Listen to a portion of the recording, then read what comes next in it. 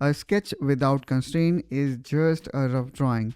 Constraints are what make your geometry precise and predictable in FreeCAD. And not only in FreeCAD, I would say too, in all 3D parametric software. The constraint lock relationship between elements like line, circle, arc so that they behave exactly the way we want. So let's go through some of the most important constraint with a quick example. So let me quickly plot a line here, and then here I'm gonna start with horizontal and vertical constraint.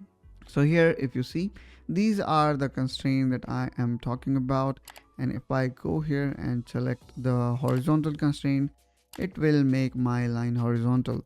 Now no matter what we do, the line always remain horizontal despite we move or increase or decrease its length.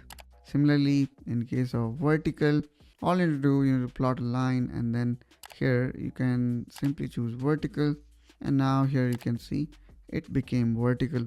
Now with the help of these two lines, we can also implement this equal constraint. So all you need to do is you need to select the two line or two entity of which you want to make equal, and that's how guys we can make it equal. Now even if I increase or decrease them, the since both are tied with this relationship, you will see that their length also change on real time. Now as I said that you can also apply it to other entity. For example, I am plotting two circles, and now I decided that these circles are kind of tied with each other as they have equal dia. Okay, so again here you can select equal, and then I'm gonna enter, and there we go. So now no matter what size we make the circle, they both will be tied with this particular constraint. Now let me also choose this one, which is coincident constraint. So let's select this line and segment with the line, and there we go. So here you can see now, because both these line are tied with each other with coincident constraint, they are kind of connected now. Similarly, I'm gonna place two line segments here, and let's say we want to make them parallel, we can use parallel constraint here.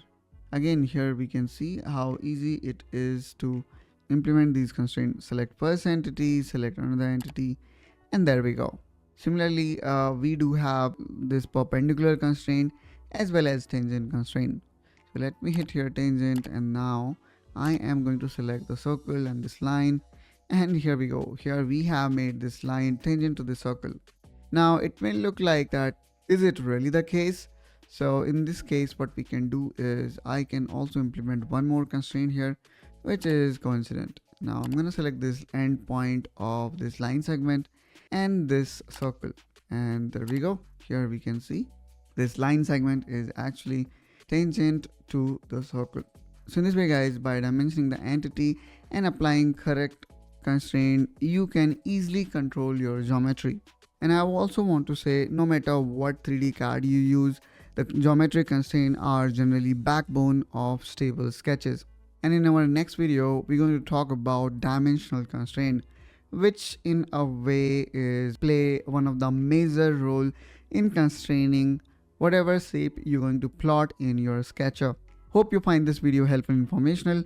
If so, then please make sure you subscribe to Engineering Pritam to follow more such engineering topics, and I will catch you soon with one such another video. Till then, you take care and bye bye.